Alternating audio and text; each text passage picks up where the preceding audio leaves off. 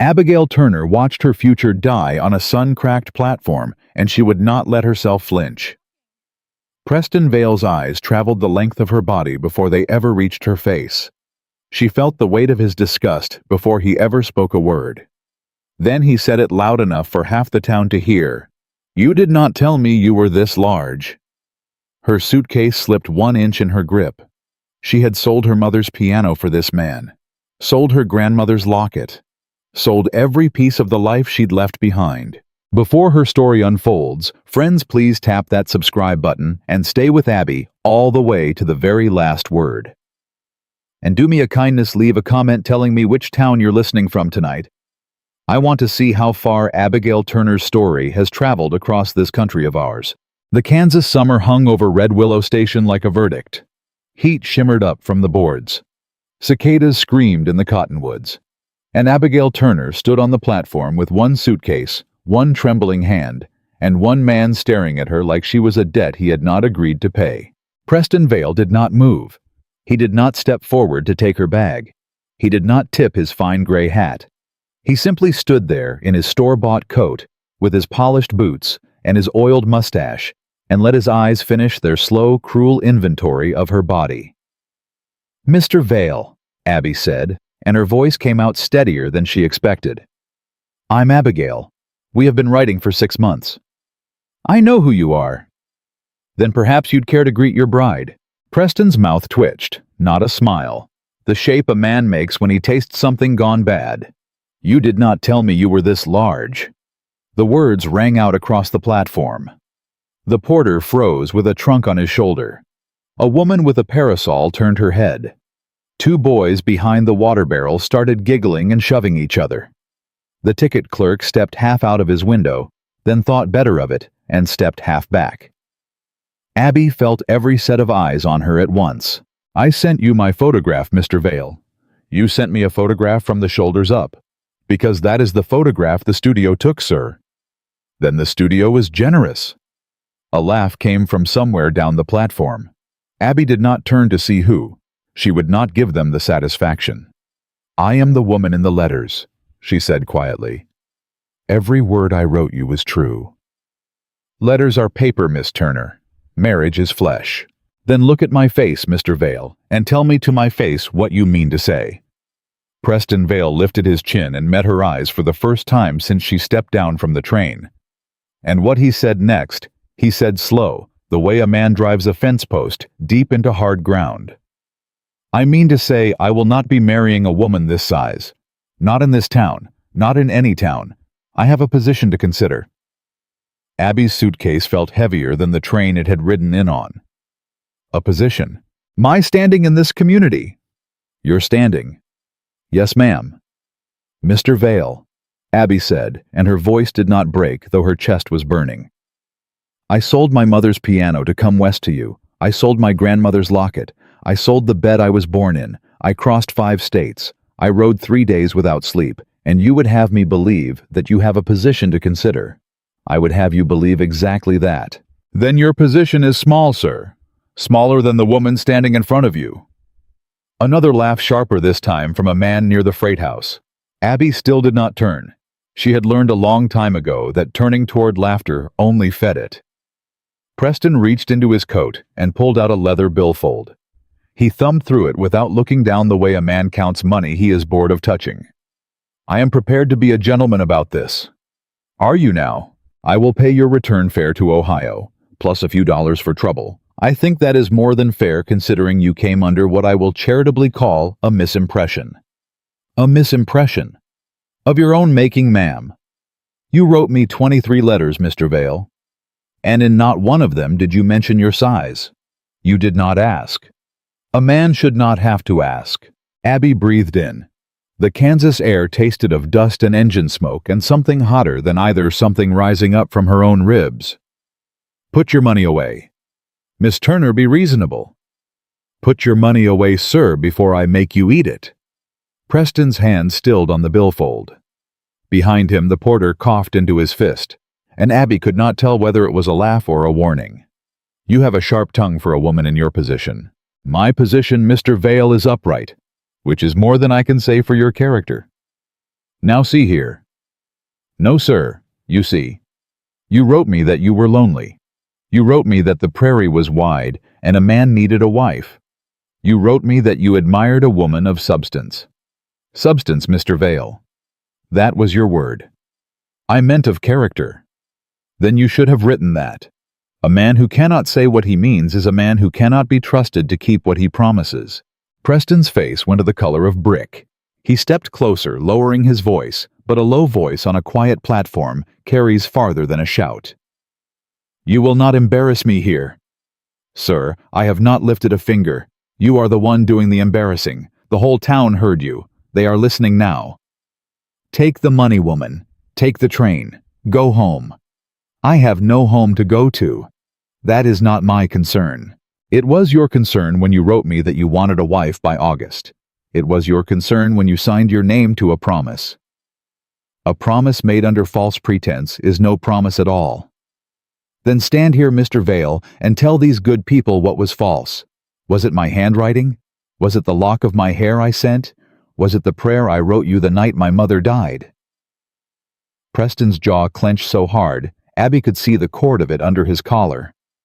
I will not be lectured by a... By a what, sir? He did not finish. He did not have to. The word he swallowed sat between them on the platform like a snake nobody wanted to step on. Say it, Mr. Vale. Say the word you are choking on. Let everyone hear what kind of man you are. You will regret this. I have regretted many things in my life, sir. Standing here in my own dignity will not be one of them. Preston Vale tucked his billfold back into his coat with a hand that was no longer steady. He took one step back, then another. Then he turned on the heel of his polished boot and walked down the platform without looking at her again. He did not say goodbye. He did not look back. The crowd did not part for him so much as drain away the way water drains from a basin when you pull the plug. The porter found something to do with the trunk. The woman with the parasol found a fascinating piece of sky. The boys behind the water barrel suddenly remembered an errand. The ticket clerk eased his window down with the smallest, guiltiest click, and Abigail Turner was left standing in the middle of Red Willow Station with one suitcase, $17 in her purse, no place to sleep, and the entire town pretending it had not just watched a man strip her bare with words. She did not cry. She would not cry. She set her suitcase down on the boards very carefully, the way a woman sets down a sleeping child. Then she straightened her back. Then she lifted her chin. Then she breathed in and she breathed out, and she counted to 10 in her head, the way her mother had taught her to count when the world tilted sideways. 1, 2, 3. A pigeon flapped up from the eaves. 4, 5, 6. The train hissed steam from somewhere down the line. 7, 8. A horsefly landed on her wrist. She did not brush it off. 9. A man's boots scuffed across the boards, slow, unhurried the walk of a man who had decided to come and not run. 10. Ma'am. She did not turn her head. I am not in the mood for charity, sir. I am not offering charity. Then I am not in the mood for pity neither. I am not offering that either, ma'am. Then what exactly are you offering? There was a pause. A long one. The kind of pause a man takes when he is choosing his words because he knows the wrong ones will be the last ones she lets him speak. My name is Caleb Whitaker. That is not an offer, Mr. Whitaker. That is an introduction. Reckon it has to start somewhere. She turned her head just enough to see him from the corner of her eye. He was tall, broad, sunburned at the throat. A scar pulled the corner of his mouth a little crooked, so when he tried to look serious he only half managed it. He held his hat in both hands in front of him, the way a man holds a hat at a funeral. I have got a ranch about 9 miles south of here, he said. 2 boys, 11 and 8. Their mother died this past winter. The house is falling down around our ears. I cannot cook. The boys cannot cook. The hired hand cannot cook either, and lately he has been threatening to quit on account of the beans. Mr. Whitaker. Ma'am. Are you proposing marriage to me on a train platform 6 minutes after another man refused me in front of half the county? I reckon I am, ma'am. Yes. Why? He turned the hat once in his hands.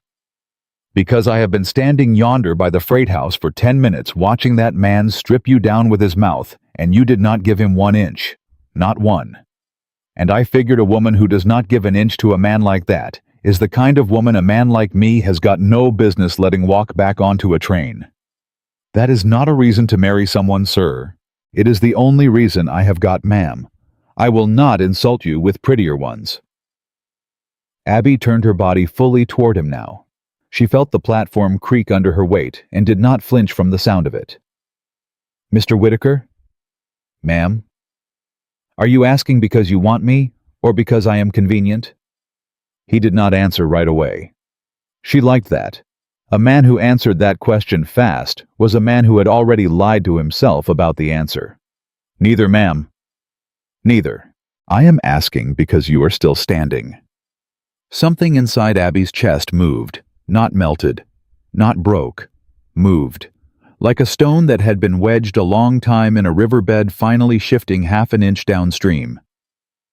I do not know you, sir. No, ma'am, you do not. You do not know me. No, ma'am. I could be cruel. You could. I could be lazy. You could. I could hate your boys. You could. Though I will tell you plain, ma'am, the older one will give you a reason inside a week, and the younger one inside a day. That is honest of you. I am trying to be. Mr. Whitaker? Ma'am? What do you want from me? Plainly. No prettying it. He lifted his eyes to hers. Steady. Tired.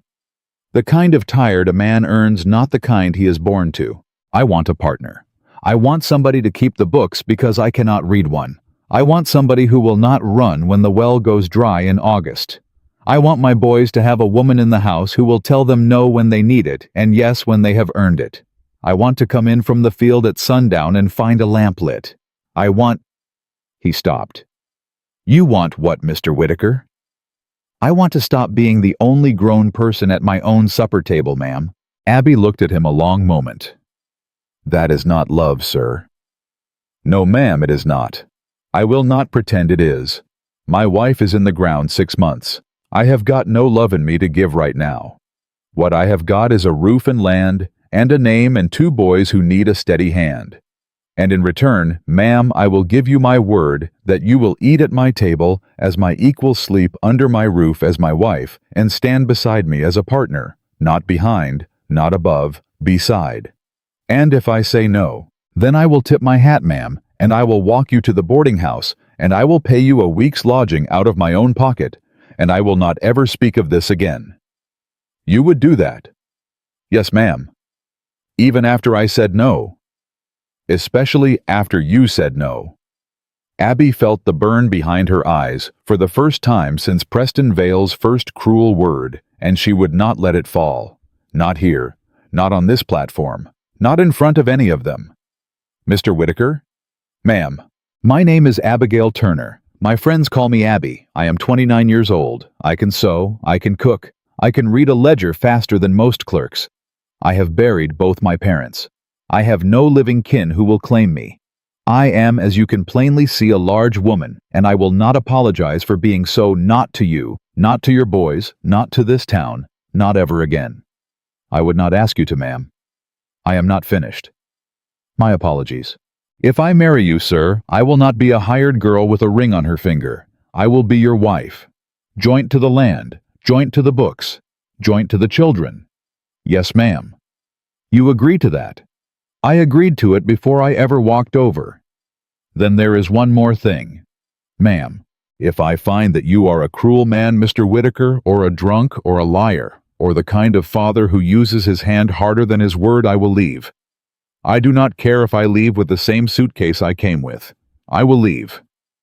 Ma'am, if you ever find me to be any of those 4 things, I will hand you the deed to the ranch myself, before I let you leave with 1 suitcase. That is a foolish thing to promise a stranger. Ma'am, half the county has been telling me I am a fool since the day my wife died. I figure a fool's promise is the only kind I have got left to give." Abby almost laughed. Almost. She held out her hand instead. "Then we have an arrangement, Mr. Whitaker." He looked at her hand. He looked at her face. He took her hand the way a man takes the handle of a plow he means to use for 20 years, careful, firm, with respect for what it would cost him if he broke it. "Yes, ma'am, we do." He did not let go right away. Neither did she. The justice of the peace was a sleepy old man named Hensley, who kept his office above the feed store. He smelled of pipe smoke and peppermint, and when Caleb Whitaker climbed the stairs with Abigail Turner behind him and her one suitcase between them, Hensley looked up over his spectacles and said only, "Today then." "Today, sir." "Both willing?" "Yes, sir." "Ma'am?" "Yes, sir." "Any reason in law you should not be joined?" "No, sir." "Any reason in conscience?" Abby looked at Caleb. Caleb looked at Abby. Neither of them answered for a long second, and Hensley did not rush them, which is how she knew he had asked the question more times than he could count. "No, sir," Abby said finally. "No, sir," Caleb said. Hensley reached for his book. The vows were short. Hensley spoke them in the flat, half-bored voice of a man who had married many strangers and buried more, and Abby answered when it was her turn, and Caleb answered when it was his, and neither of them stumbled on a word. When Hensley said husband and wife, Caleb did not kiss her. He looked at her. He waited. He let her decide what kind of marriage they were going to have in the very first second of having one. Abby looked back at him, at his sunburned throat and his crooked mouth and his eyes that did not flinch from her body or her face. "Not yet, Mr. Whitaker." "No, ma'am." "But thank you." "Yes, ma'am." "For waiting to be told." "Yes, ma'am." Outside, the Kansas sun was beginning its long, slow lean toward the west. The platform was empty. Preston Vale was gone, vanished into whichever fine house had taught him to count a woman's worth in inches. The porter had a new trunk on his shoulder. The ticket clerk was selling someone a ticket. The boys behind the water barrel had moved on to throwing pebbles at a stray dog. Abigail Whitaker, and the name fit strange and tight, like a dress the seamstress had not had time to let out, picked up her suitcase before her husband could reach for it. "I carry my own, Mr. Whitaker." "Yes, ma'am." "For a while." "Yes, ma'am." "Until I know you." "Yes, ma'am. As long as you need." He walked her to the wagon. He did not offer her his arm. He did not try to lift her up by the elbow, the way a man tries to lift a woman he believes cannot lift herself.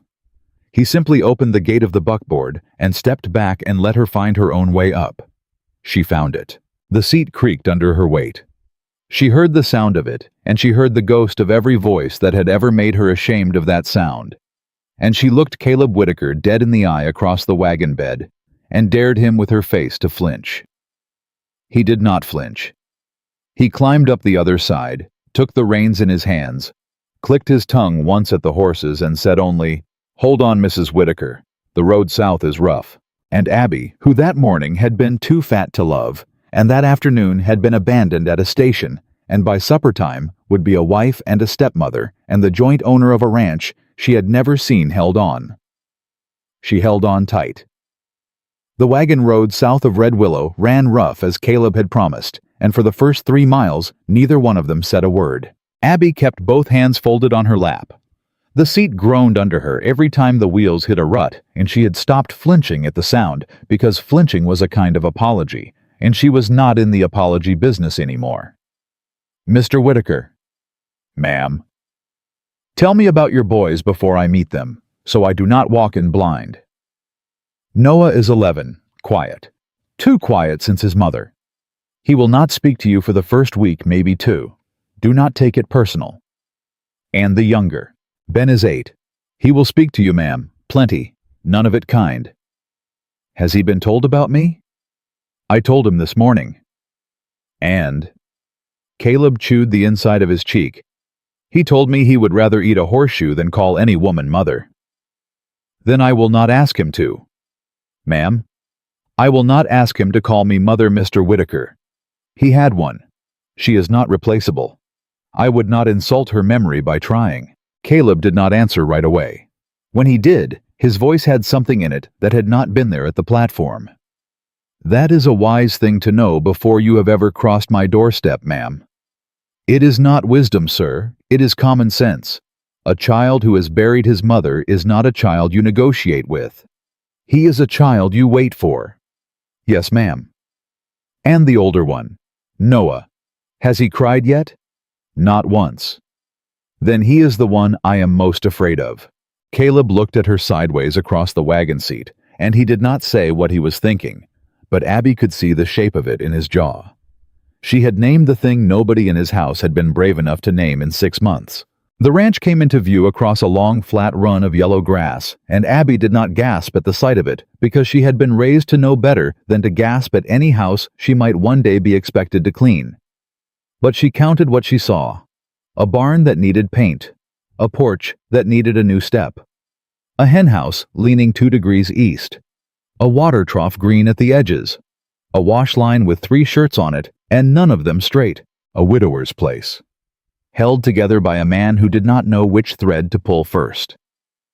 Mr. Whitaker? Ma'am? That porch step is going to break before the week is out. Yes, ma'am. I have known it for 2 months. Then we will fix it Saturday. Oui, ma'am. I do not sit in a house with a broken step, Mr. Whitaker. Somebody is going to come up that porch in the dark one night and break a leg. Saturday. He almost smiled. Almost. The crooked side of his mouth pulled just enough to show he had heard her. Yes, ma'am. The boys were waiting on the porch. Abby saw them before they saw her. 2 small shapes against the open door, one tall and still as a fence post, one shorter and wound up tight as a clock spring about to break. The taller boy had his hands in his pockets. The shorter boy had his fists at his sides. Mr. Whitaker? Ma'am. Stop the wagon a little ways out. Let me walk in. Ma'am, the path is uneven. I know what the path is, sir. I want them to see me walk. Caleb pulled the team up. Abby gathered her skirt with one hand and climbed down on her own. The seat creaked. Her feet hit the dirt harder than she meant. She ignored it and walked the last 40 yards toward the porch with her chin level. The smaller boy spoke first. He spoke loud enough that he meant to be heard from where she was, not from where he was. You are not my mother. I know it, child. And you are not staying. That part will be up to you and me both, I reckon. She kept walking. She did not stop. That was the trick of it she had learned a long time ago. When a person threw words at you to make you stop, the worst thing you could do was stop. She climbed the bad porch step, carefully, set her suitcase down on the boards, and looked at the 2 of them face to face. My name is Abby. Not ma'am unless you want to. Not mother unless the day comes you want to, and that day might never come, and that is all right with me. Just Abby. Now I am going inside this house, and I am going to wash my hands, and I am going to start supper, because I have not eaten since yesterday morning, and I expect you have not eaten anything decent since your mama died. After supper, you can decide whether you want to sit at the table with me or not. Either way, food will be on the stove. The smaller boy's mouth opened, closed, opened again. I am not eating your food. That is your right, Ben. You do not know my name. Your father told me on the wagon. Yours is Ben. Your brother is Noah. I am Abby. There. Now we are introduced, and I do not have to ask again. Noah, the older one, had not said a word. He was watching her the way a man watches a stranger walk into his bank. Abby met his eyes. Noah. He did not blink. You do not have to talk to me, son. Not today. Not this week. Not until you are ready. I will not take it as rudeness. I will take it as grief. Noah's jaw moved one small flicker. Just one. Then his face shut again like a door drawn quiet on a hinge. She walked past them into the house. It hit her before she crossed the kitchen. A woman had lived here. A woman had loved here and worked here and sung over a stove here, and the woman was gone, but the house had not been told yet. There was a quilt folded on the back of the rocker, blue and white hand-stitched with a small brown stain on the corner that someone had tried to scrub out and failed. There was a hairbrush on the shelf by the window, with 3 long dark hairs still in it.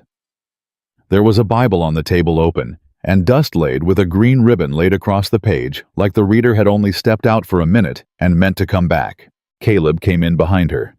"I have been meaning to box those things up." "Do not." "Ma'am." "Do not box them up, Mr. Whitaker.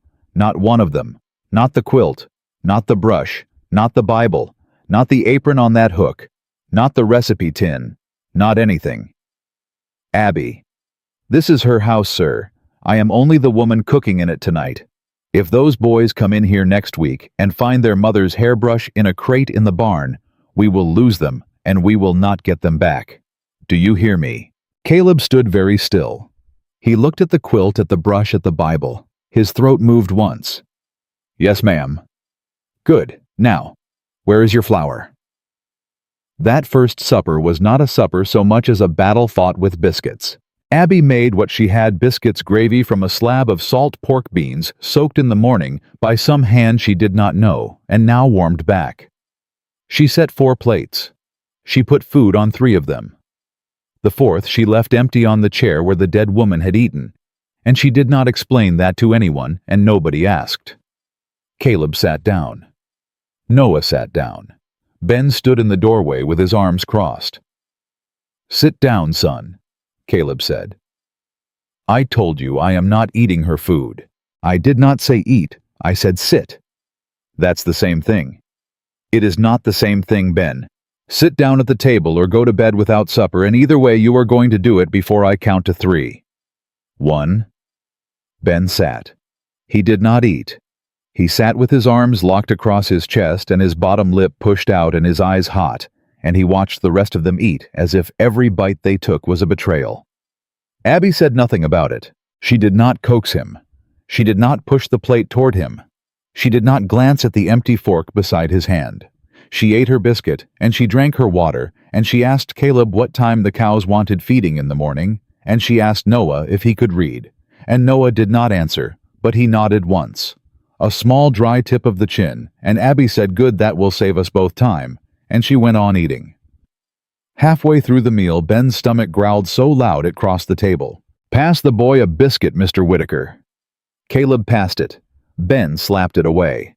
The biscuit hit the floor, rolled, stopped against the leg of the stove. The room went still. Abby set down her fork. She did not raise her voice. She did not stand up. She looked at Ben across the table the way a woman looks at a horse that has just bucked her, calm-eyed, taking measure. "You did not have to eat it, son. You could have left it on your plate." "I am not your son." "No, you are not." "Then do not call me that." "All right, Ben. And do not pretend you are nice." "I am not pretending anything, Ben." "Yes, you are. You are pretending so my pa will keep you. That is what all you women do. You pretend until you have got him, and then you stop." Caleb's chair scraped half an inch. Abby caught the sound and lifted one hand off the table, palm down. "Just an inch, just enough. Let me." Caleb sat back. "Ben." "What?" "Look at me, son, just for a moment." He did, reluctantly. 2 hot, wet eyes set in a face that was working very hard not to crumple. "I am not going to pretend to love you. I do not know you yet. You do not know me. Love is not something a stranger owes you, but I will tell you what I will pretend nothing about. I will not raise a hand to you. I will not lie to you.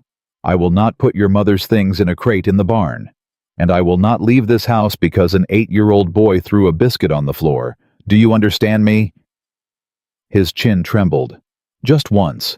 He clamped down on it hard. "I do not have to like you." "No, sir, you do not." "And I do not have to talk to you." "No, sir." "And I am not eating that biscuit." "That biscuit is on the floor, Ben. I would not feed it to a dog. Get yourself a fresh one." He did not move. She did not move. After a long moment, Noah silent, watchful. Noah reached across the table, took a fresh biscuit from the plate, set it on Ben's plate, and went back to his own meal without a word. Abby's chest filled up so fast she had to take a small breath through her nose to keep it from showing. Ben ate the biscuit. He glared at her the whole time, but he ate it. The first crack was that biscuit. It would be a long time before there was another one. But Abby slept that night on a pallet in the front room, with the dead woman's quilt folded under her head, and she did not cry and she did not pray for things to be easier. She prayed only that she would be steady. Steady was the only thing she had ever been able to count on in herself. By morning, the news from the train station was already in town. She knew because the hired hand told her so before breakfast. His name was Earl Doolin. 60 if he was a day half deaf in his left ear, with a face like a saddle that had seen 10 too many summers. He came in the kitchen door without knocking and stopped 2 steps in when he saw her at the stove. "Mornin', Mrs. Whitaker." "Mr. Doolin." "You heard yet?" "Heard what?" "What's being said about you in town?" "I have been on this ranch since 5 o'clock yesterday evening, Mr. Doolin. I have not heard so much as a chicken cluck in town since." "Yeah. Well." He took off his hat, turned it in his hands the way Caleb had on the platform, which made her wonder if maybe it was something the men around here taught each other. "Word is, you are the woman Preston Vale would not have." "That is correct, Mr. Doolin." "You are not going to deny it?" "Why would I deny what is true? On account of what they are saying after that part." "Then say it, Mr. Doolin. I would rather hear it from a man who works for my husband than from a woman in line at the dry goods." Earl rubbed the back of his neck. "They are saying Mr. Whitaker only married you because no one else would have you. They are saying he got you cheap. They are saying—" "Go on, sir." "They are saying he married you to pull a plow. Go on." Abby did not flinch. She turned a biscuit on the pan. She wiped her hands on the apron she had found on the hook, the dead woman's apron blue check, a little burn mark on the hem, and she looked Earl Doolin in his good ear. "And what do you say, Mr. Doolin?" "Ma'am." "You work for this house. Your opinion will be in this house every day, sitting at this table drinking my coffee. So I would like to hear it now, before the coffee gets cold." Earl shifted his weight from one boot to the other. "I say I do not know you yet, Mrs. Whitaker. That is fair. But I will say this. I worked 2 years for the first Mrs. Whitaker. She was a fine woman. She ran a tight house. And the day she died, this place started falling down around us. I have watched Mr. Whitaker put on his hat every morning like it was made of lead. And last night, when he come back with you, he hung that hat up on the peg the regular way for the first time since January. So I will tell you what I think, ma'am. I think the town can talk all it wants. I think a man hangs his hat the way he feels, and I am going to have my coffee, please, if it's hot." Abby poured him his coffee. Her hand was steady, but something behind her ribs sat down for the first time since Preston Vale's eyes had crawled up her body on the platform. Earl drank half the cup, set it down, and said the thing that mattered most. "There is one more thing, Mrs. Whitaker." "Yes, sir." "Vale ain't gone." She set the coffee pot down very slowly. "What do you mean, ain't gone?" "I mean, he didn't take a train back to wherever he come from. He took a room at the Empress Hotel, and he had a meeting yesterday afternoon with Hollis Crane." "And who is Hollis Crane?" "Land agent, ma'am. The kind of land agent that don't sell land. He moves it, from folks who got it to folks who want it." "And does Mr. Whitaker have land that someone would want?" "Mr. Whitaker has the only deeded water access on the South Fork of Red Willow Creek for 4 miles in either direction. Ever since the dry spring last year, ma'am, that water has been worth more than the whole rest of this ranch put together." Abby let that sit. She let it sit a long time. Then she said very quietly, "Mr. Doolin?" "Ma'am." "Has Mr. Whitaker been signing papers with anyone he should not have been signing papers with?" Earl's eyes slid sideways. "Mr. Whitaker can't read, ma'am." "I know that." "He's been signing what folks tell him to sign for a long time. He trusts wrong sometimes, not on purpose." "Mr. Doolin." "Ma'am?" "Where does Mr. Whitaker keep his papers?" Earl looked at her a long moment. He weighed her. Abby could feel the weight of it, and she did not look away, because the look away was always when a man decided you could not be told. "In a tin box, top of the wardrobe in the back room, under his Sunday hat." "Thank you, sir." "Ma'am, drink your coffee, Mr. Doolin, and do not tell my husband we had this conversation. Not yet." "No, ma'am." Not until I know what is in that box." She did not get to the box that morning. She did not get to it that afternoon either because the snake came first. It was Ben who found it. He came tearing out of the pantry with a face the color of bread dough, yelling that there was a rattler bigger than his arm coiled up under the flour barrel. Caleb was a quarter-mile out at the south fence. Earl was in the barn. Noah was at the table doing sums on a slate, and he stood up so fast his stool fell over. Abby was the closest grown person to the pantry. She walked in. She did not run. Running, she had learned, made you stupid in a small space. The snake was not a rattler. It was a bull snake 4 feet long, fat, with a recent meal hissing at the dust because Ben had stomped near it. But Ben did not know the difference, and Noah did not know the difference, and a snake that did not know it wasn't supposed to bite was just as dangerous as one that did. She picked up the broom from the corner. She slid the handle slow under the snake's belly. She lifted. The snake hung. She walked it out this back door, past 2 boys who had gone dead silent against the wall.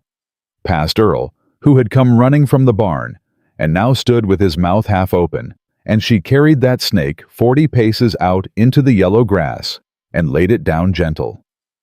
"Go on then," she told it. "Go eat somebody else's mice." She walked back. Ben was staring at her. You just carried it." "I did, son." "I am not your son." "Ben, you just carried a snake." "I have carried worse." "Like what?" "Like a brother who broke his leg in a corn crib when I was 9 years old, Ben. Like a mother who weighed less than you when she died. Like $17 in a suitcase across a train platform yesterday afternoon. A snake child is going to have to try a great deal harder than that to scare me." He looked at her for a long time. He did not say thank you. He did not have to. That night when she went to bank the stove, she found him standing in the doorway in his nightshirt. Not coming in. Not going away. Just standing. Ben. It was not a rattler. No, it was not. I told everybody it was a rattler. I know it. Are you going to tell my pa? No, son. He nodded once. Hard, the way a man nods at a deal struck. Good night, Ben. He did not answer her, but he did not slam the door either, and that was the second crack. 2 days later was the bookkeeping. She had been waiting for the chance, and the chance came when Caleb rode to town for nails, and Noah was left at the table with the slate and his sums. Abby sat down across from him. She did not ask permission. She set the slate aside and laid out the tin box. She had taken it down off the wardrobe that morning while Caleb was at the barn, and she opened it and laid the papers flat between them. "Noah." He did not look up. "Noah, I am going to ask you to do me a favor, and then I am going to do you a favor in return." His pencil stopped moving. "What kind of favor?" "You are going to sit here and you are going to read these papers with me slow out loud, and you are going to tell me every word your father has signed his name to since your mother died. And then I am going to teach you the difference between a deed a lien and a promissory note, so that no man in this town can ever cheat you out of 1 acre of dirt your mother is buried under. Is that a fair trade, Noah Whitaker?" He looked at her then, for the first time. Looked at her, not past her, not through her, at her. Why? Because a man who cannot read, son, is a man who can be robbed twice, once of his land, and once of his name. And I will not see your father robbed of either while I am sitting at his table eating his bread. You think somebody is trying to rob him? I think a man named Preston Vale did not get back on a train 2 days ago. I think a man named Hollis Crane has been sitting in the Empress Hotel with him. And I think your father has been signing his name to papers he could not read for 6 months. And I would like to know what is in them before somebody else does." Noah's hand moved very slowly to the top paper in the stack. "Start at the top, Noah. I think this one is just the bill of sale for the bay mare. Read it slow, son, out loud, every word." He read. He read the whole afternoon. He read the bill of sale. He read the feed account. He read a yellow paper from the bank that made Abby's mouth go dry, and he read a blue paper underneath that made it drier still. and when he was a quarter of the way down the stack, he stopped and he said, "Abby." It was the first time he had used her name. "Yes, Noah." "What does encumbered mean?" "It means a piece of land has a debt tied to it, son." "Why?" "Because 2 of these papers have got that word on them. And one of them has got my pa's mark on it. And I do not—" He swallowed. "I do not think my pa knew what he was signing." "Noah." "Yes, ma'am." "Look at me." He looked.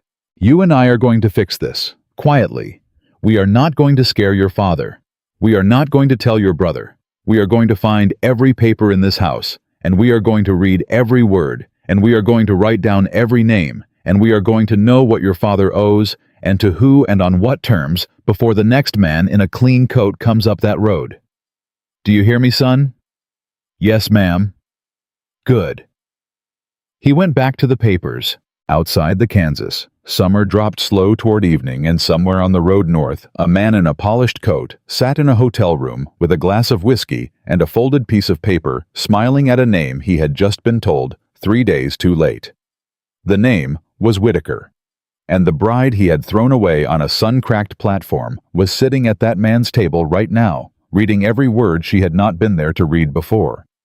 The papers told a worse story than Abby had feared. She and Noah read until the lamp ran low, and when Earl Doolin came in from the barn at dusk to scrape his boots on the porch, Abby called him into the kitchen without looking up. "Mr. Doolin." "Ma'am."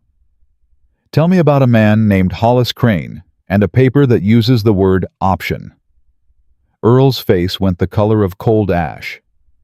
"Mr. Whitaker signed an option. Mr. Whitaker signed 3. 2 for grazing, 1 for water. The water one is dated April. The signature is his mark, sir, but the witness is a man named D. Pell, and the holder is Hollis Crane and assigns. And assigns Mr. Doolin. Do you know what that means?" "Means Crane can sell it to anybody he wants. Means Crane already has, sir, or means 2. There would not be a man in a polished coat sitting in the Empress Hotel right now if Crane had not already moved that paper into his hands." Earl sat down at her kitchen table without being asked. He had never sat at her kitchen table without being asked before. He set his hat between his boots like a man at a wake. "Mrs. Whitaker?" "Yes, sir."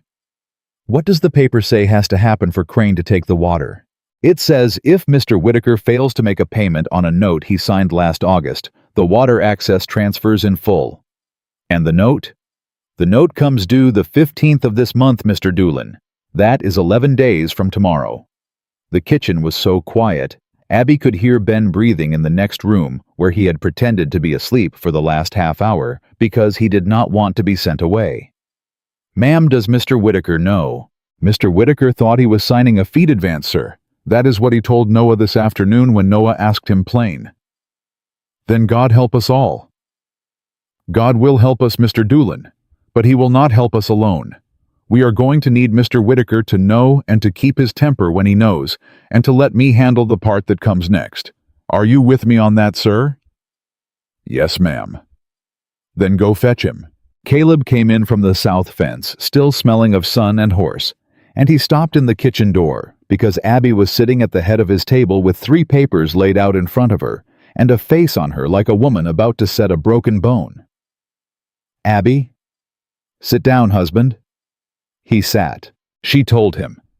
She told him slow, in plain words, the way a woman tells a man his ox has gone lame. He did not interrupt. He did not blink.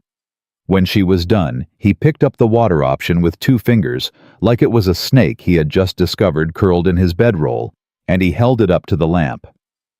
"Read me my mark, Abby." "It is your mark, sir." "Read me his name." "Hollis Crane, and assigns." His hand began to shake. Not with fear. Abby had seen fear in a man's hands many times. This was the other thing. This was the thing that came right before a man saddled a horse he should not be saddling and rode into a town he should not be riding into. "Caleb, I am going to kill him. Caleb, look at me.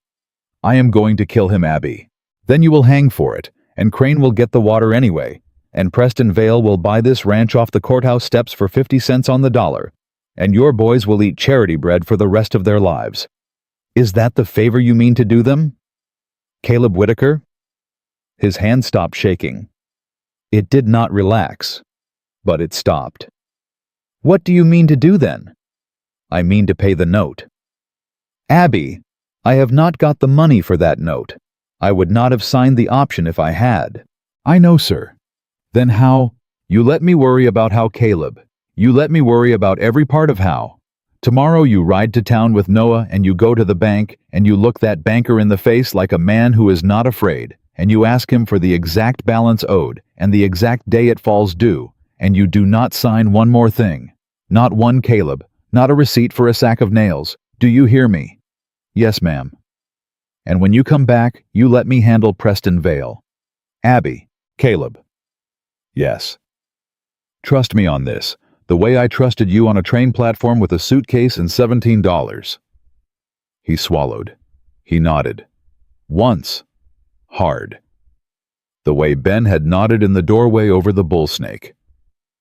The next morning, before Caleb had his boots on, the dog started barking at a rider coming up the road. Abby was at the stove. She heard the barking, and she heard the hooves, and she did not have to look out the window to know what was about to be standing on her porch. She wiped her hands on her apron slowly, because slow hands were steady hands, and she walked to the door. Preston Vale tipped his fine gray hat to her like they had never met before. Mrs. Whitaker. Mr. Vale. I had hoped we might speak, privately. On my own porch is private enough. I have come to apologize. Have you? For what was said on the platform. It was unkind of me. It was hasty. Hasty, Mr. Vale. I had been on a long ride. The sun was high. A man is not always his best self in such a moment. And what self is he in such a moment? Ma'am, you said, sir, that I was too large to marry. You said, sir, that letters were paper, but marriage was flesh.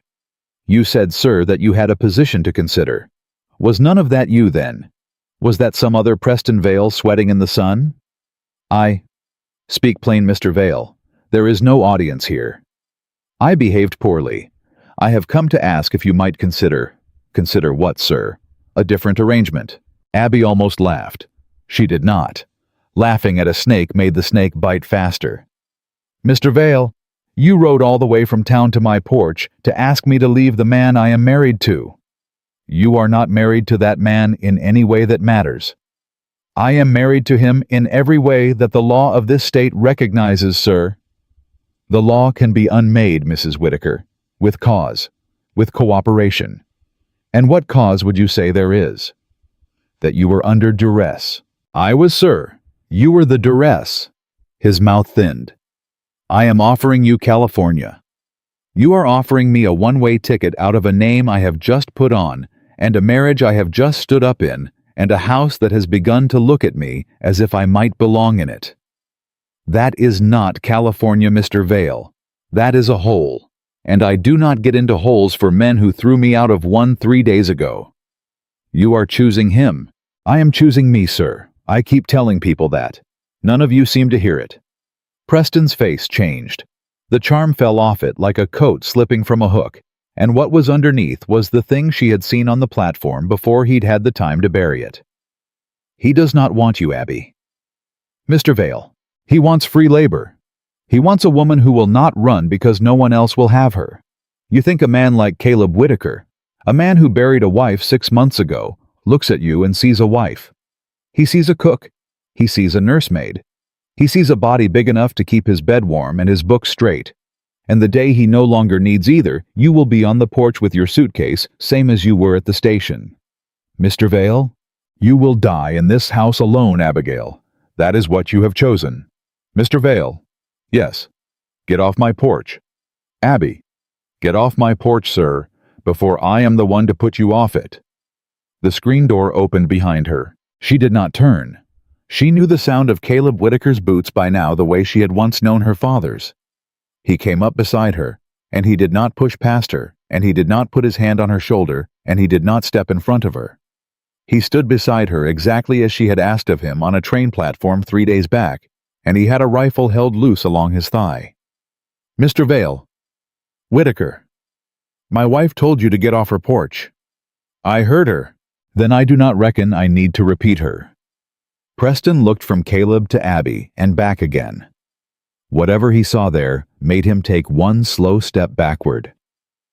You will regret this, he said quietly. Both of you. That is the second time you have told me I will regret something, Mr. Vale, Abby said. I have not regretted the first one yet. He mounted his horse. He turned it. He rode down the road slow the way a man rides when he wants every soul on every porch to see him do it. Caleb let out a long breath she had not heard him hold. Abby. Yes. He is going to make a story in town. He is already making one, Caleb. He has been making one since before he came up our road. What do? We get to the sheriff before he does. Sheriff Asa Pike was a man with a gray mustache, a slow voice, and the kind of eyes that had seen enough trouble to know which kind was real. He listened to Abby for 9 minutes without saying a word, and when she was done he picked up his pen and asked her to swear it. Mrs. Whitaker, do you say freely and of your own will that you married Caleb Whitaker on the afternoon of the 17th, before Justice of the Peace Hensley, with no man's hand on your back? I do, sir. Do you say freely and of your own will that no promise of marriage existed between you and Preston Vale at the moment you were lawfully wed? Mr. Vale broke any such promise on the platform of Red Willow Station before 24 witnesses, sir. I do not believe a court in this country would say one existed past the moment he opened his mouth. I will need you to say it plainer than that, ma'am, for the record. Then I say it plain, Sheriff. Preston Vale rejected me publicly. The contract was broken by him. I owe him nothing. I chose Caleb Whitaker freely. I am his wife-in-law, and in fact, and I will remain so until death parts us, and any man who says otherwise is lying. Pike wrote it down. He blew on the ink. He folded the paper into a leather case. Mrs. Whitaker. Sir. There is one more thing I would like to ask you off the record. Yes, sir. Why are you really here this morning? Sheriff, ma'am, in 21 years wearing this badge, I have never had a woman walk into this office and swear she chose her own husband. Means somebody is fixin' to claim she did not. So I am asking you, is there something about Mr. Vale I ought to know before he makes his version of this story public? Abby looked at Caleb. Caleb gave her the smallest nod. Sheriff, have you ever heard of a land agent named Hollis Crane? Pike's eyebrows went down very slow. I have. Does the sound of his name in this office surprise you? Mrs. Whitaker, there are about 4 men in this county whose names do not surprise me when they come up in my office, and Hollis Crane is not one of them. Then I will say one more thing, sir, and then I will leave you to do what a sheriff does.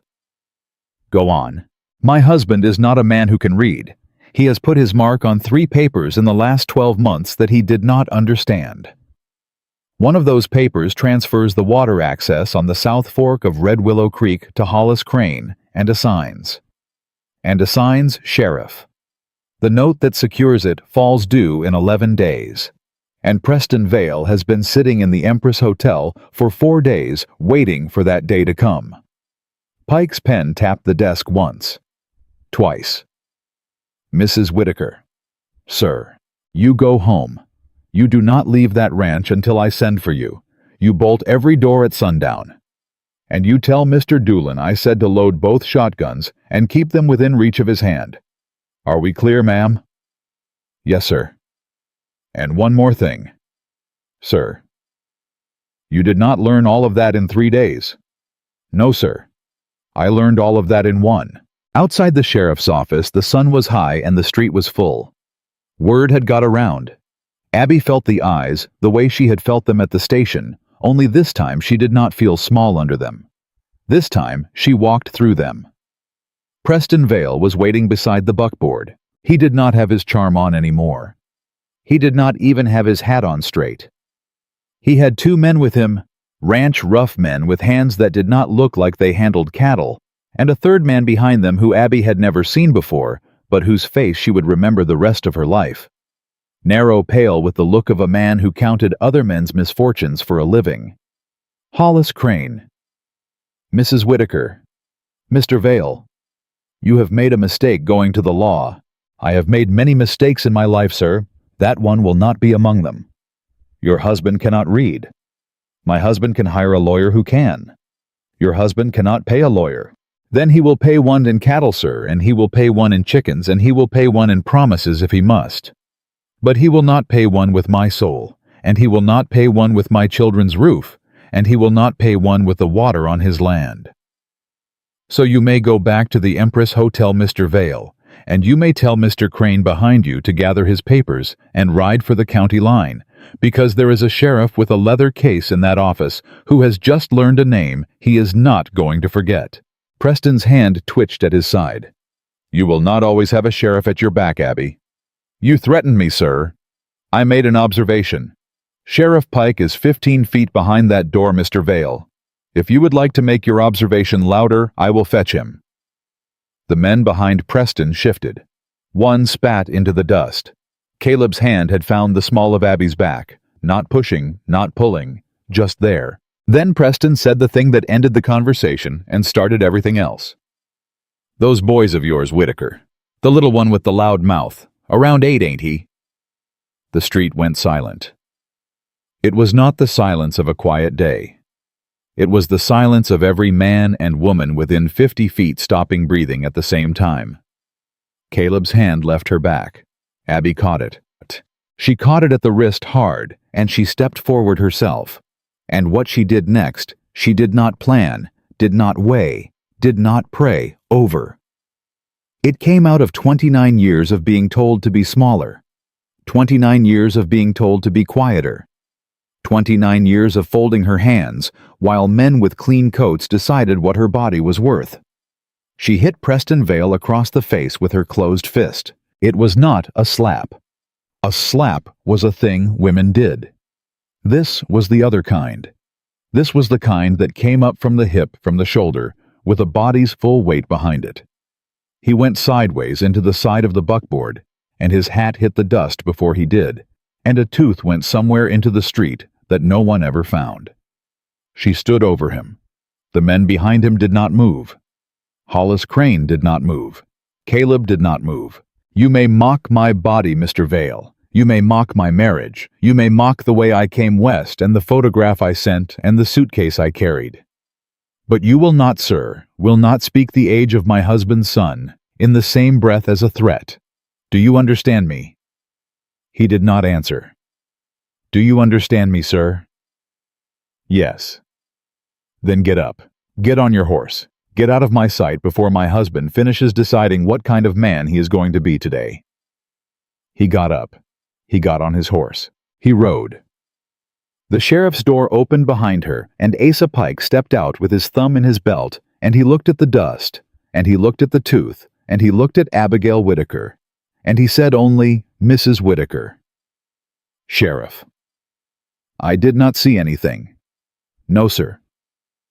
You folks should get home before dark.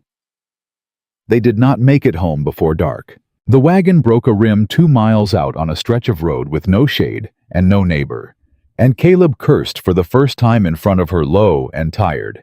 And they walked the team the last 3 miles, and the sun was already down behind the cottonwoods when they came up the rise and saw the lamp burning in the kitchen window. Earl met them in the yard with a shotgun across his arm. Mr. Whitaker. Earl. Riders come through an hour back, 3 of them, did not stop, slowed, looked, rode on. You see their faces? I seen one, the pale one, with the look. Crane. Yes, sir. Caleb looked at Abby. Abby looked at the house, at the lamp, at the 2 small shapes she could see at the kitchen window peering out. Get the boys up, Caleb. Now. Abby. Now. And get them to the cellar. They moved. They moved fast. Earl and Caleb took up positions at the front and back doors.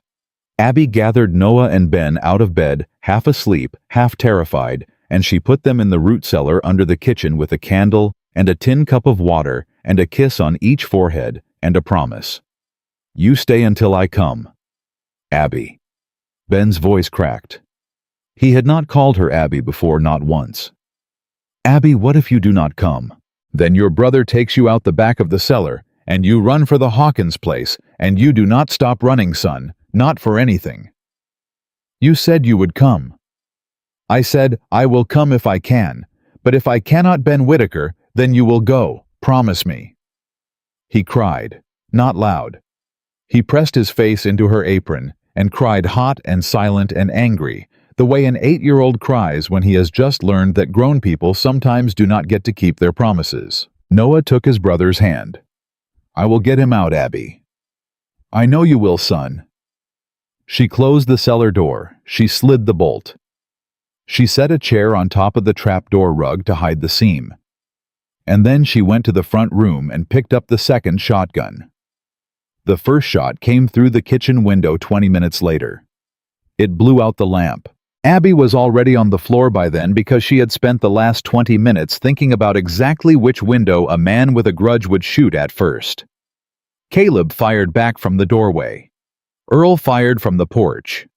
There were voices in the dark, 3 of them, maybe 4 hard voices that did not bother to keep quiet because they thought they had the numbers.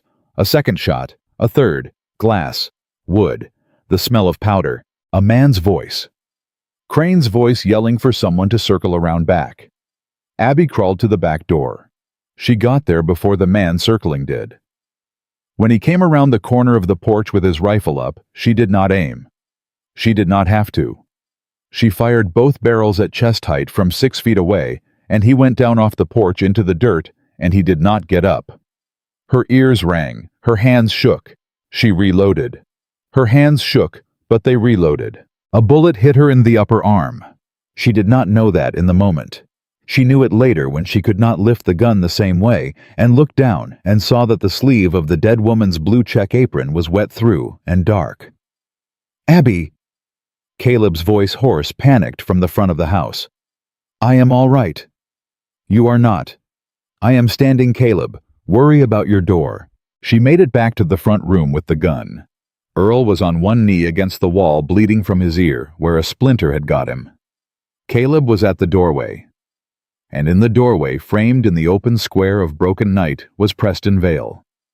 He had a pistol in his hand. He pointed it at Caleb. Whitaker. Vale. You should have let her go. You should have ridden out of this county 4 days ago. She was supposed to be mine. Abby stepped into the doorway. She stepped between them. Her arm hung wet at her side. She had the shotgun in her good hand. She put her body, her whole large, mocked, dismissed, alive body, between Preston Vale's pistol and her husband's chest. Mr. Vale? Get out of the way, Abigail. No, sir. You stupid woman. He does not love you. He will never love you. You are dying in his doorway for a man who married you because no one else would carry his books. Mr. Vale. What? I was not supposed to be yours. Abby. I was not supposed to be his either. I was supposed to be mine. And you, sir, are about to learn what a woman who finally belongs to herself is willing to do to keep what she has built. He fired. He missed. She did not. The shot took him in the shoulder, spun him half around, and dropped him in the dust at the bottom of the porch step, the same porch step she had told Caleb on her first day they were going to fix on Saturday. It was still broken. It would be a week yet before they got to it. Hooves on the road. Many hooves.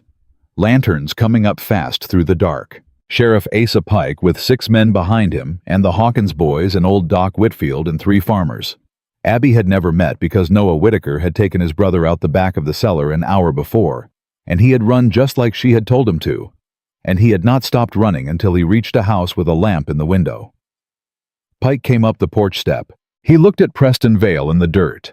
He looked at the dead man at the back corner. He looked at Earl bleeding from the ear, and at Caleb white-faced in the doorway, and at Abigail Whitaker standing between them with a shotgun in one hand and her other arm hanging dark. He took off his hat. Mrs. Whitaker. Sheriff. You sit down, ma'am. You sit down right now. In a minute, sir. Ma'am. In a minute, Sheriff. I want to make sure my husband is still standing, and then I will sit. She turned her head, slowly, because turning fast would have made the world tilt, and she was not finished yet.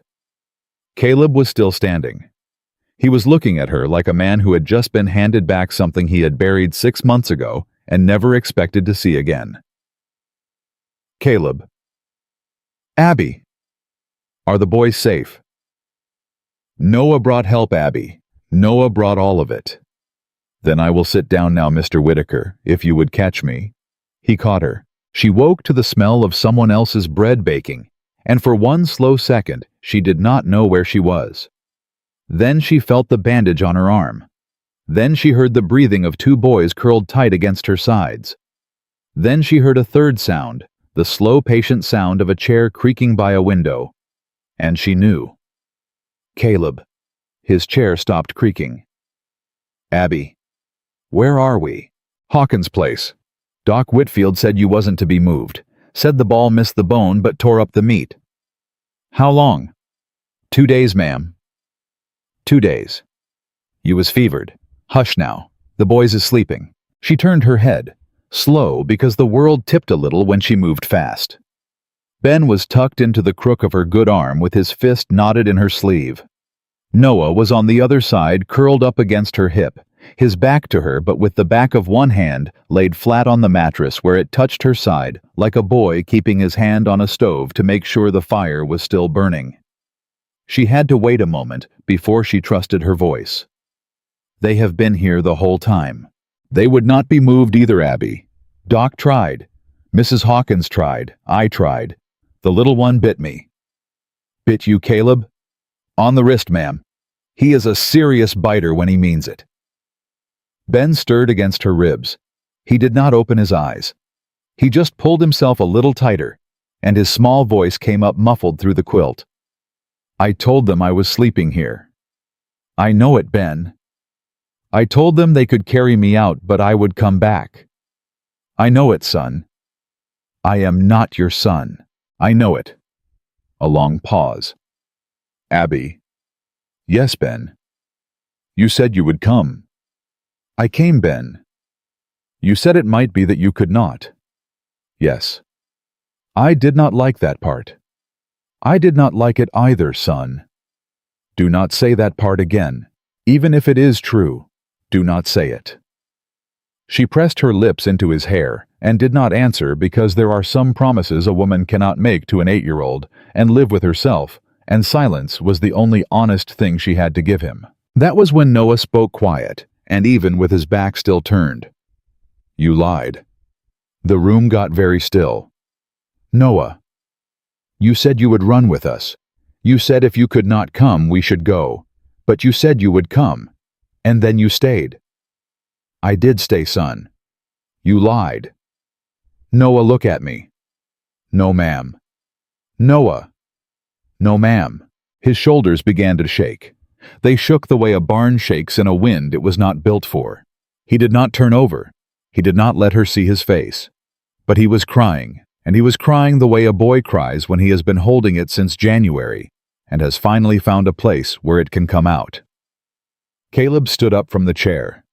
Abby caught his eye and shook her head once. He sat back down. Noah. Don't. All right, I will not turn you, but I will tell you something true, and you will hear me out, and then you can hate me if you want.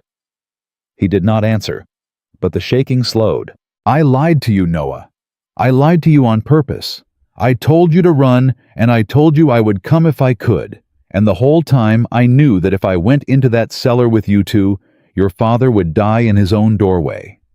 So I made a choice. I traded one promise for another.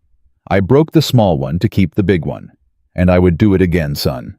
I would do it again every night I had to, because if I ran with you, you would have lost your pa, and that was not a thing I could let you carry the rest of your life. Noah did not move. I am not asking you to forgive that, Noah. I am only asking you to know it. There is a difference between a woman who lies because she is a liar and a woman who lies because the truth would have killed somebody. I will not pretend I am the first one, but I will not let you go on thinking I was the second.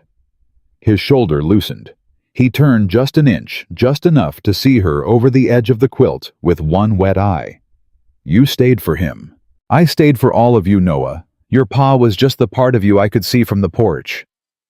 The wet eye closed. A small hand crept across the mattress and found her wrist. "Don't lie to me again, Abby." "I will not, son." "Even small. Even small." He held on. He held on a long time. It was past midday when Sheriff Pike rode up the lane with news, and the news was not all good. He took his hat off in the kitchen, the way Earl had taken his hat off the morning after the snake, and Abby knew, before he opened his mouth, that something had got loose. "Mrs. Whitaker." "Sheriff." "Crane's gone." "Gone where?" "East, I reckon. He was off that ranch and on the road before my deputy come up the rise that night. He left 2 of his boys for us to clean up, and he left Vale bleeding on your porch for us to arrest, and he took everything else with him, including the paper." "The water option." "The water option, ma'am. The note. Every signed paper your husband ever put a mark on." Caleb had been leaning against the doorframe. He came off it now. "Then he can sell that paper to anybody. He can try Mr. Whitaker. He cannot register a transfer in this county without coming through me, and he is not coming through me any time soon. But the note is still due, sir. Hollis Crane don't have to be in Kansas to collect on a Kansas note. The bank holds the lien, not Crane." "How long, Sheriff?" "Note falls due Tuesday next, Mr. Whitaker. That's 6 days." "And how much?" $142, sir, plus interest." Caleb's face did the thing it had done on the train platform when he'd first watched Preston Vale on the boards, the thing where everything in it went still at once, like a creek freezing over from the inside out. "I have not got $142, Sheriff." "No, sir, I figured." "I have got 11 head of cattle I could sell, but not by Tuesday." "No, sir. I have got—" "Caleb." Abby's voice cut him off, soft but firm enough that he stopped. "Sheriff Pike?" "Ma'am." "How much time can you buy me on that note?" "Mrs. Whitaker, I am a sheriff, not a banker." "You are a man with a leather case full of papers, sir, and one of those papers is my sworn statement that my husband was deceived into signing the underlying option. Now, I do not believe that gets the note canceled, not yet, but I do believe a banker who is reading a county sheriff's affidavit on his desk is going to think twice before he forecloses on Tuesday." Pike looked at her for a long, slow moment.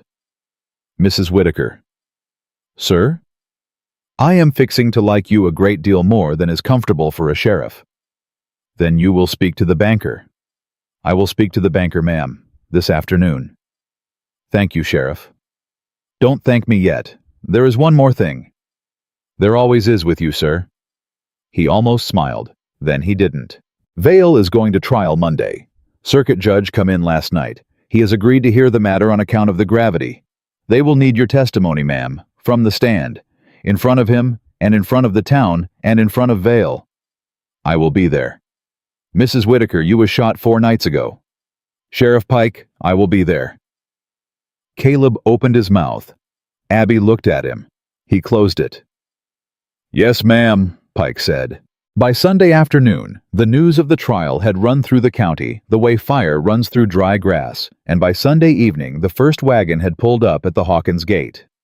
It was Mrs. Sarah Doolin Earle's sister-in-law, with a covered dish and a paper folded inside her glove. She handed Abby the dish first, then the paper. "What is this, Mrs. Doolin?" "That is $12, Mrs. Whitaker." "For what?" "For the note, ma'am, we heard." "Mrs. Doolin, I do not want to discuss it. Earl told my husband what you'd done at that ranch. My husband told the men at church. The men at church told their wives. And nobody in this county is going to sit by while Hollis Crane takes water off a man whose wife stood in a doorway with a shot arm and would not move. So I have brought $12, ma'am, and there is more coming behind me." Abby's hand closed slow around the paper. "Mrs. Doolin." "Ma'am." "I do not know how to thank you." "Don't thank me, Mrs. Whitaker.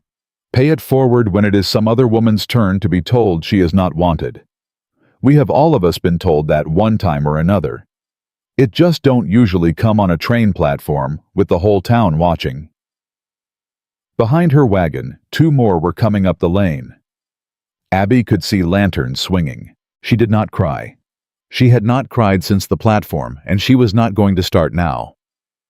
She set the dish on the table, and she pressed the folded paper into her good hand until the corners bit her palm, and she went back inside to tell Caleb that the county had just told Hollis Crane he was not the only man with claims on this land.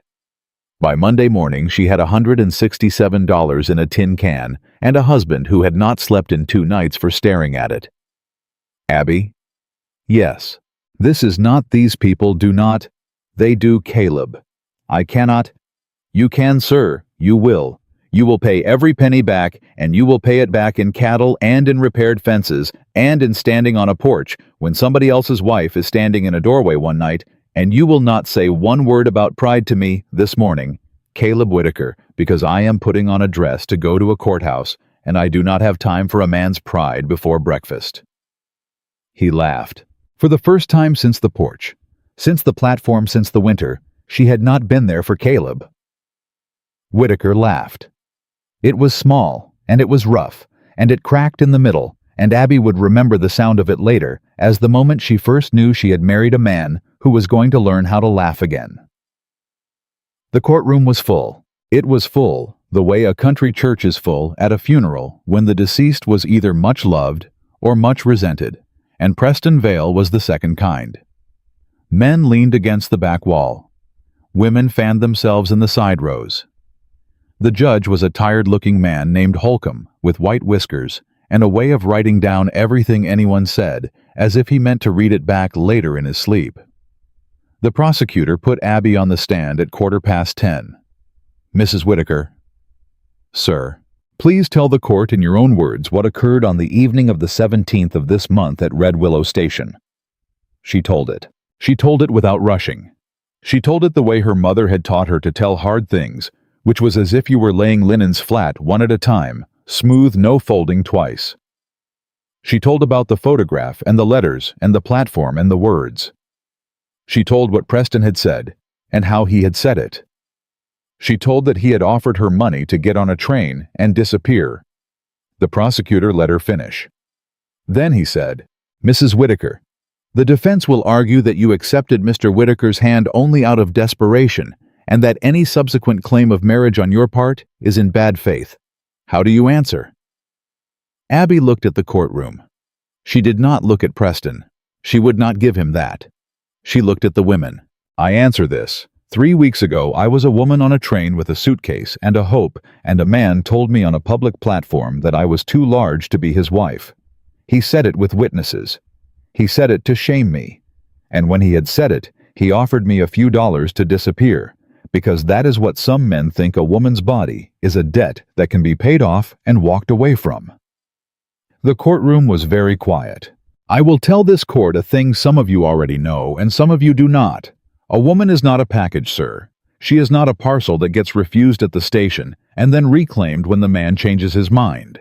She is not a piece of land you walk up on and walk off of and walk back on when the price is right. When Preston Vale rejected me on that platform, he ended a contract that had not yet begun. When Caleb Whitaker offered me his name an hour later, he started one that I freely entered. And I will tell you, sir, in front of this judge and this town, and the man who calls himself my injured party, that I have not regretted my choice for 1 minute since. The prosecutor opened his mouth. He closed it.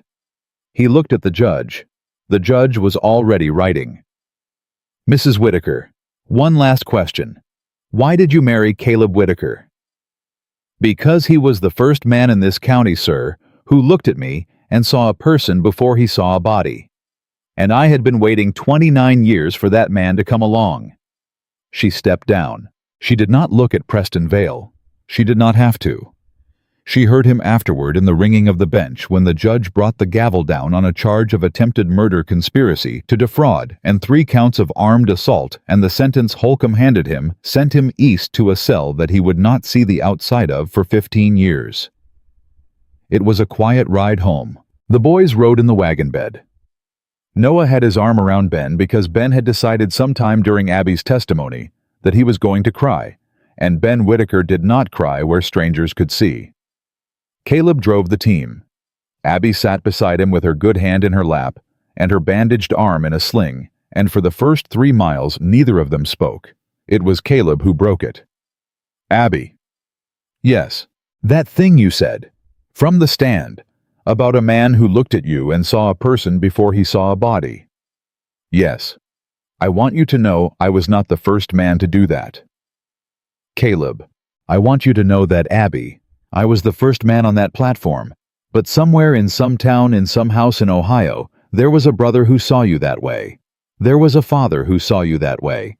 There was a mother who looked at you and saw her daughter and not her daughter's size. I do not want you carrying 29 years of being looked at wrong as if there was no good looking in any of them. There had to be, or you would not be the woman you are. She did not answer for a moment. When she did, her voice came out very small. My mother was the only one, Caleb. Then your mother done a great deal of the work, Abby. She did, sir. She would be proud today. I hope so. I am proud today. Caleb. Let me say it, Abby. I have been working on it 3 days. All right. He kept his eyes on the road. I do not know how to be a man who says these things. My first wife, Martha, she used to tell me I was a man who saved his words like other men save their coin. She said it kindly, but it was true. So I am going to spend some now. Abby and I am going to spend them poor, and you are going to take them as they come. Yes, you made this house breathe again. The boys laugh now. I had not heard either one of them laugh since January. Abby and I had stopped expecting to. I come in from the field at sundown, and there is a lamp lit, and there is a voice in the kitchen, and there is a child running across the yard with both his shoes on, and He had to stop. He cleared his throat. I had stopped living like a whole man, Abby. I had been living like half of one for 6 months, and I did not even know which half I had buried until you walked into that house and started filling the empty side back up. She could not look at him. Caleb, are you saying you love me out of gratitude? No, ma'am. Are you sure? I am sure, Abby. Gratitude was what I felt the first night when you slept on a pallet by the stove and did not complain about the cold. Gratitude was what I felt the second day when you would not let me put Martha's quilt in a crate. Gratitude was what I felt the morning of the snake, and the afternoon of the papers, and the evening of the porch when you stepped between me and a pistol with a bullet already in your arm. Then what is this? This, Abby, this is what I feel when I see you coming toward me across a yard, and I know I am home. That is not gratitude, ma'am. That is the other thing. I have only ever felt it once before in my life, and I did not expect to feel it again, and I sure as the Lord did not expect to feel it for a woman who I asked to marry me on a train platform 6 minutes after she had been rejected by another man. But here it is, Abby, whatever you want to call it. That is what I have. She turned her face away, toward the prairie, toward the long, flat sweep of yellow grass, running west under the late summer sun. Caleb Whitaker. Yes, ma'am. You may say it plain, sir. I am ready to hear it. I love you, Abby. She did not answer for a long moment. When she did, it was not the words he had been waiting for. It was something quieter and harder, and Caleb knew the moment he heard it that it was the truer thing. I have wanted to be loved my whole life, Caleb. I know it, ma'am. I have not until this minute wanted to be loved by somebody. I have wanted it from anybody who would offer. Yes. Not anymore. No. It is only you, Caleb. It will only ever be you. He took her good hand off her lap. He did not lift it to his mouth. He did not press it to his chest. He did the small thing instead, the steady thing.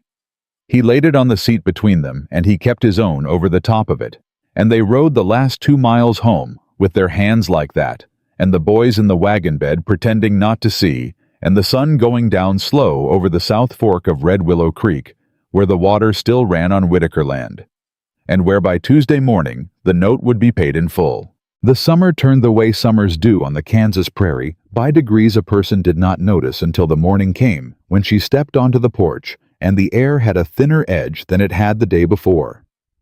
Abby noticed it first on a Wednesday, the second week of August, while she was hanging Caleb's wash on the line. She stopped with one shirt halfway pinned, and she breathed in once, and she said quietly to no one in particular, "Fall is coming." Behind her, Ben's voice from the kitchen door. Fall don't come till September.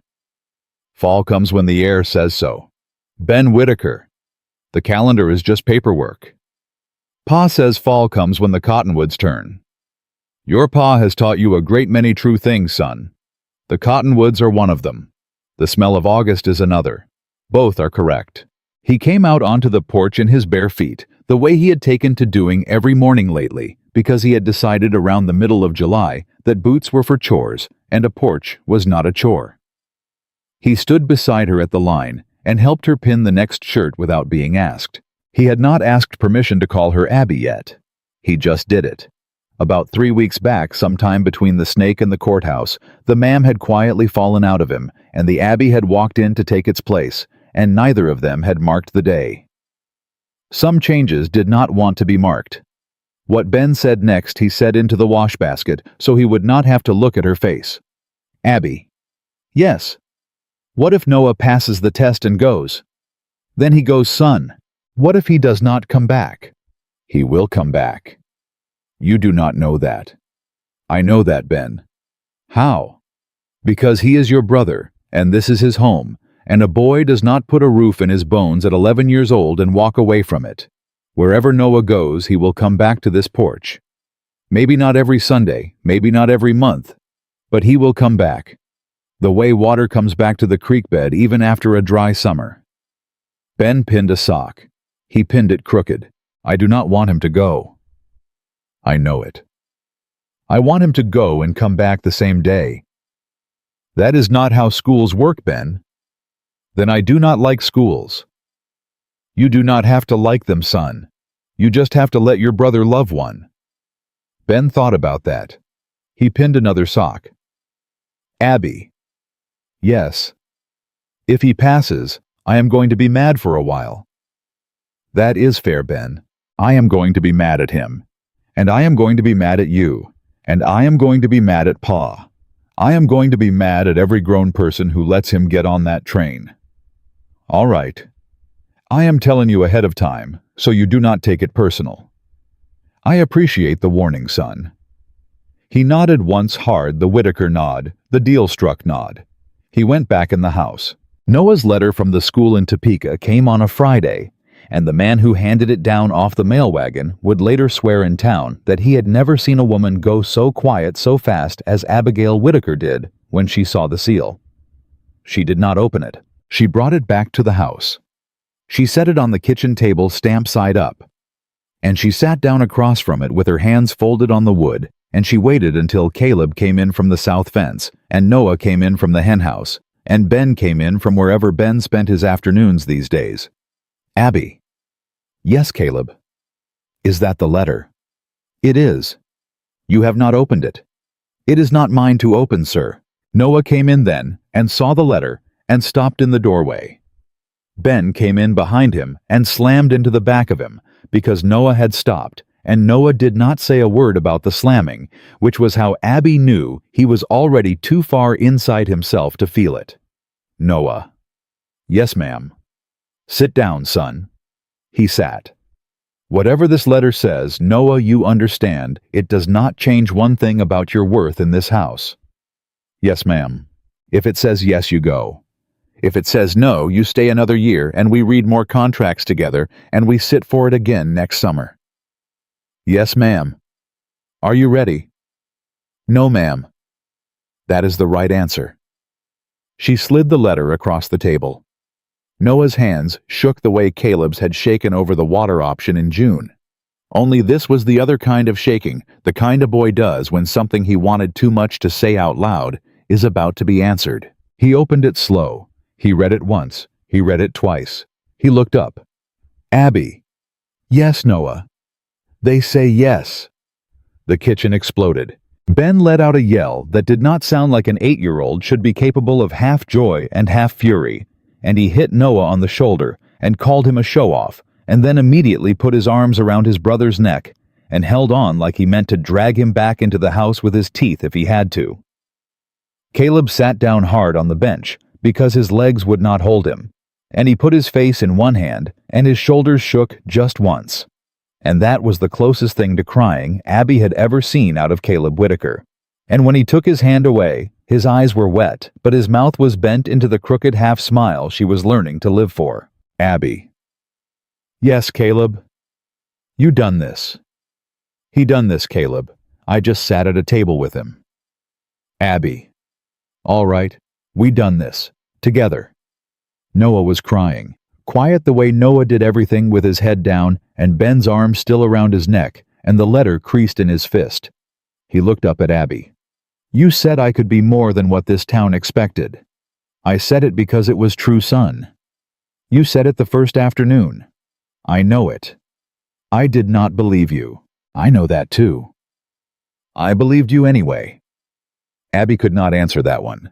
She got up from the table and she went around to his side of it, and she put both arms around him from behind the bandaged one and the good one, and she pressed her cheek to the top of his head, and she said only, That is how every brave thing gets done, Noah. Believing it anyway. The week before Noah was to leave, two things happened that nobody on the ranch had been expecting. The first was a wagon on a Tuesday afternoon with a woman in it that Abby recognized from town. Her name was Mrs. Adelaide Pierce, and she had been one of the ones at the platform that first day.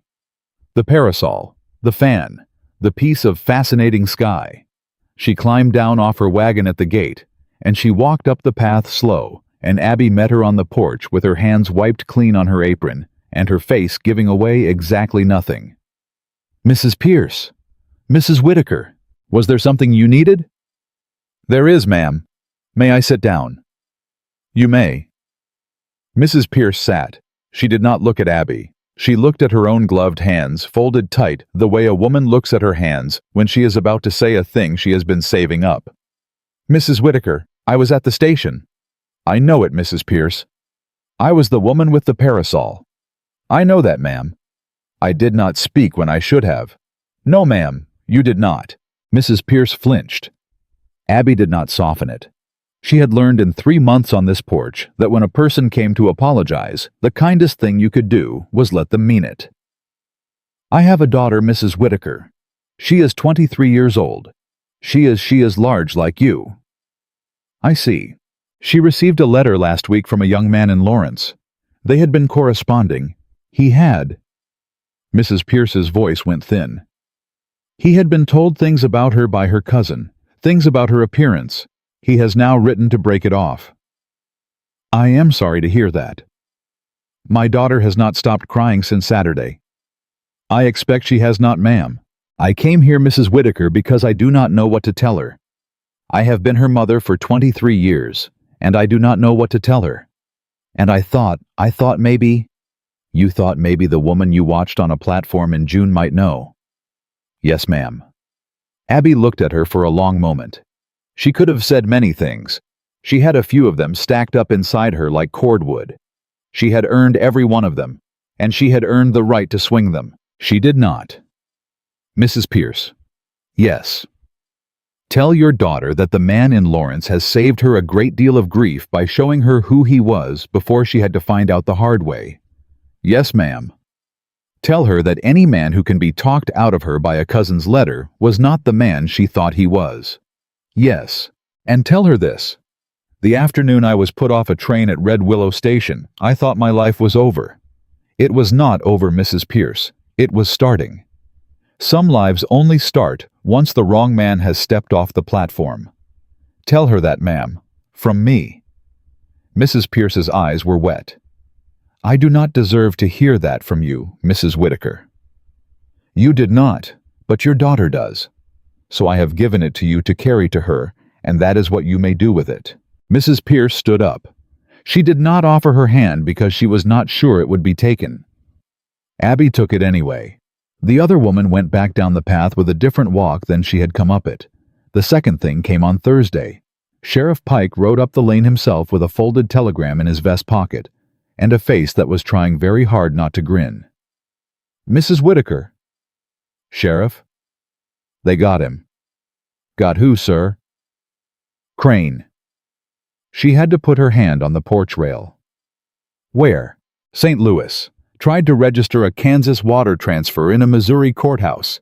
Clerk recognized the name from the bulletin we put out. Marshall had him in irons by supper time. Papers and all, ma'am. Every last one. They are coming back to the county on Monday. Sheriff? Yes, ma'am. My husband's mark. Will be voided, Mrs. Whitaker, every one of them. Holcomb already signed the order in chambers this morning. She did not cry. She had not cried about Crane the whole summer, and she was not going to start with the news that he had been caught. But she did sit down on the porch step, the bad one they still had not fixed, and she pressed both palms flat against her knees, and she breathed in and out for a full minute before she spoke again. Thank you, Sheriff. Mrs. Whitaker. Yes. I will tell you a thing now I would not have told you in June. The day you walked into my office with that affidavit, I thought you was the most stubborn fool of a woman who had ever come up my stairs. And now, sir? And now, ma'am, I think you are the most stubborn fool of a woman who has ever come up my stairs. Only now I mean it the other way. Sheriff Pike. Yes. You may stay for coffee. I had hoped you would offer. The morning Noah left, the four of them rode into Red Willow together in the buckboard, and they did not go quiet. Ben talked the whole way. He talked about engines, and about cattle, and about whether a man could ride a train and a horse on the same day. And Noah let him talk, because Ben talking was Ben not crying, and Noah had decided sometime in the night that he was not going to let his little brother cry on a platform. Caleb drove the team. He had on his clean shirt and his Sunday hat. He had shaved. He had not said 3 words since breakfast. Abby sat beside him. She had on a dress the color of a Kansas evening deep blue, made over from one of Martha Whitaker's that she had let out at the seams with her own hand. She had not asked permission to wear it. She had not needed to.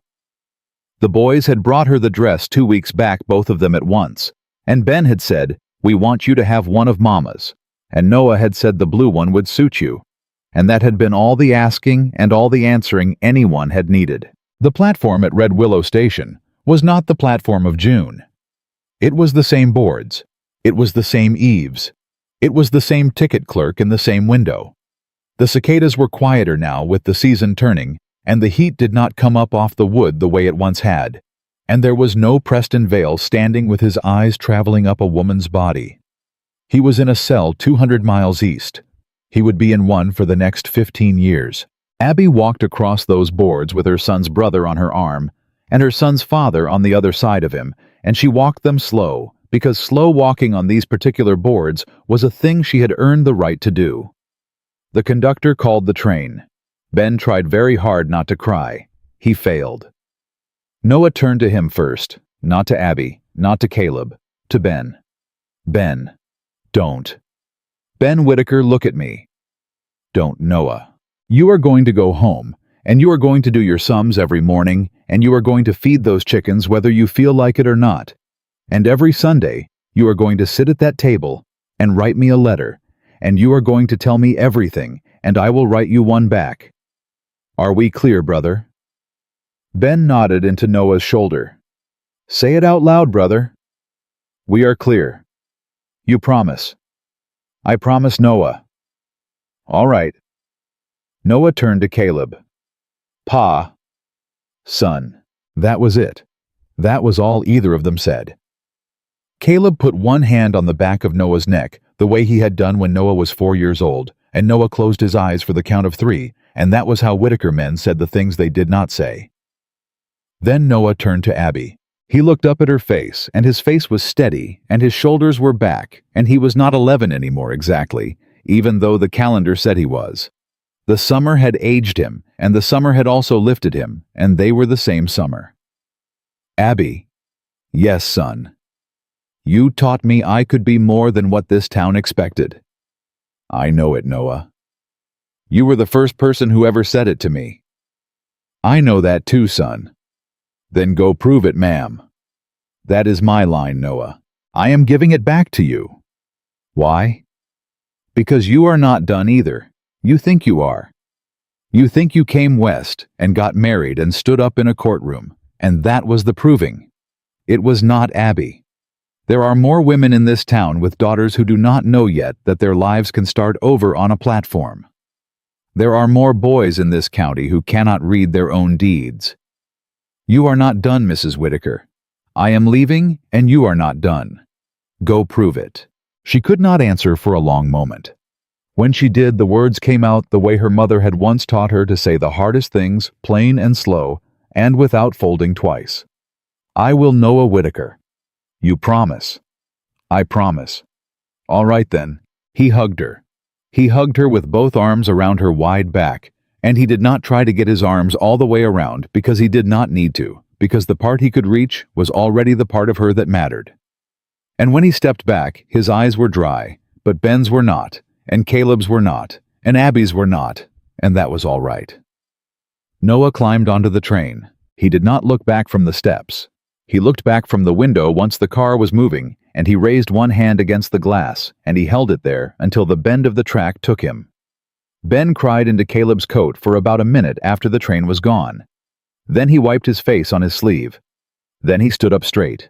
Then he turned to Abby and said in the voice of a boy who had decided to be a man about it for at least the rest of the morning, "Abby." "Yes, Ben. I am going to be an engineer one day." "I know it, son. I am going to build trains, not get on them. Build them." "That is a finer thing, Ben. And when I build my first one, I am going to bring it to this station. And you are going to ride it. Not as a passenger, as the first passenger, the first one ever. And I am going to hand you up the step myself." She knelt down because that was the only way to do this part right, and she took her smaller son by both shoulders, and she looked him dead in the face. "Ben Whitaker." "Yes. I will be there. You promise." "I will be there if I am gray-headed and walking with a stick. I will be there if I am 90 and have to be carried up the step. I will be there, son, because that is what mothers do." He blinked. "I did not say mothers." "I know you did not, Ben. You said it." "I did. Are you my mother now?" "That is up to you, son. I will be whatever you let me be. Today, tomorrow, the day you build your train. The name does not change what I am." He looked at her. He looked at her a long time. "I will think about it." "You take all the time you need, Ben." He took her hand. He did not let go all the way back to the wagon, and he did not let go when Caleb lifted him up onto the seat, and he did not let go on the long road home, and Caleb looked across the boy's head at Abby, and his eyes said the thing his mouth had run out of words for some time back in June. It was late afternoon when they came up the rise and saw the ranch. The barn was painted now, the porch step was fixed, the henhouse stood straight, the wash line was hung level. There was a lamp already lit in the kitchen window, because Earl had come up early to start the coffee, and there was a woman's apron hanging on the hook by the door blue check with a small burn mark on the hem. Abigail Whitaker climbed down from the wagon on her own the way she had the first day, and she walked up the path slow, the way she had earned the right to do. She stopped at the bottom of the porch step. She put her hand on the rail. She looked out across the long flat sweep of yellow grass west toward the South Fork of Red Willow Creek, where the water still ran on Whitaker land. She thought of a train rolling east with a serious 11-year-old boy in it. She thought of an 8-year-old who had taken her hand and would not let go. She thought of a husband behind her, unloading a wagon, who looked at her at sundown, like a man coming home to a lit window. She thought of a younger woman on a different platform in June with a suitcase and $17 and a hope that had been called too large to keep. That woman had not been wrong. She had only been early. Abigail Whitaker climbed her own porch step. She turned in the doorway. The Kansas sun was leaning long across the prairie behind her, and Caleb was coming up the path with their boy in his arms, and the light caught the side of her face, and she did not turn away from it, and she did not pull her shoulders in, and she did not apologize for the room she took up in the doorway of her own house. She had come west believing she had to be chosen to matter. The prairie had taught her better. A woman's worth was not the size of her body, nor the approval of a man, nor the softness of her life. It was the children she lifted. It was the husband she stood beside. It was the strangers she sent home with truer words than they had come with. It was the land she defended, the name she kept, the doorway she filled, the porch she would not be moved off of. Abigail Whitaker was wife, mother, landowner, teacher, survivor. And she stood in her own light, on her own land, in her own doorway, at the end of her own summer, and not one soul on God's prairie would ever again tell her she was too heavy to be loved, or too much to be kept, or too large to stand exactly where she was standing. She was home. She was hers, and she was not going anywhere.